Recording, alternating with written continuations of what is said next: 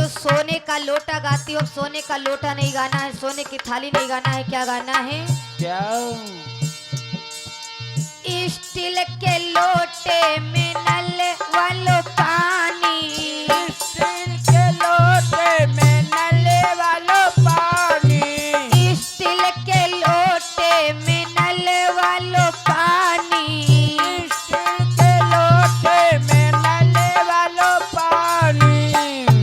ए भागो भवानी पानी पिए भीम बाबा, भागो भवानी पानी पिए भीम बाबा, भागो भवानी पानी पीहे भीम बाबा, भागो भवानी पानी पीहे भीम बाबा। अरे आए भीम बाबा, भागो भवानी घरे।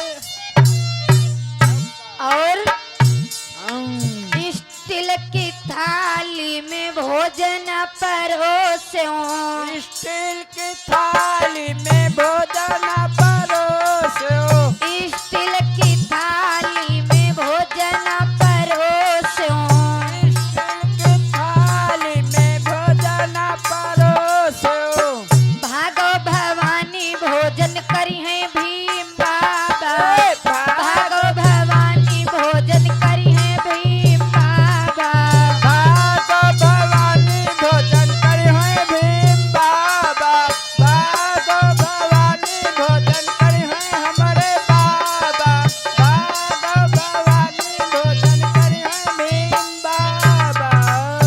आगे लाइन में गाती हैं भैया लल्लू, कहती हैं सोने की सीख बरेली वालों सुरमा। अब ना तो है सोने वाली सीख और ना है बरेली वालों सुरमा। अब क्या गाना है आगे लाइन में? क्या? हाथन से पार पार का जरा लगायो, हाथन से पार पार का जरा लगायो, हाथन से पार पार का जरा बनायो, हाथन से पार पार का जरा लगायो। हो भागो भवानी कजरा लगई है भीम बाबा, भागो भवानी घर आए भीम बाबा, भागो भवानी घरे आए भीम बाबा, भागो भवानी घरे आए मेरे गुरुवर, भागो भवानी घरे आए भीम बाबा। अंतिम लाइन में गाती हैं कि फूला न झारी झूरी सेजिया बिछायूं। जय बा। अगर फूलों की सेज बिछा दो, फूलों का बिस्तर लगा दो और नाते रिश्तेदार सफेद कपड़े पहन कर आ जाएं, उन्हीं फूलों की सेज पर बिठा दो, उनके बर्बाद। तो कपड़े सारे बर्बाद हो जाएंगे, वो तो गली में निकलने के योग्य नहीं रह जाएंगे। तो इसलिए माताओं बहनों, अब फूलों की सेज लगाने की कोई आवश्यकता नहीं है। अब कैसा बिस्तर लगाना चाहिए गौर करना। कैसा?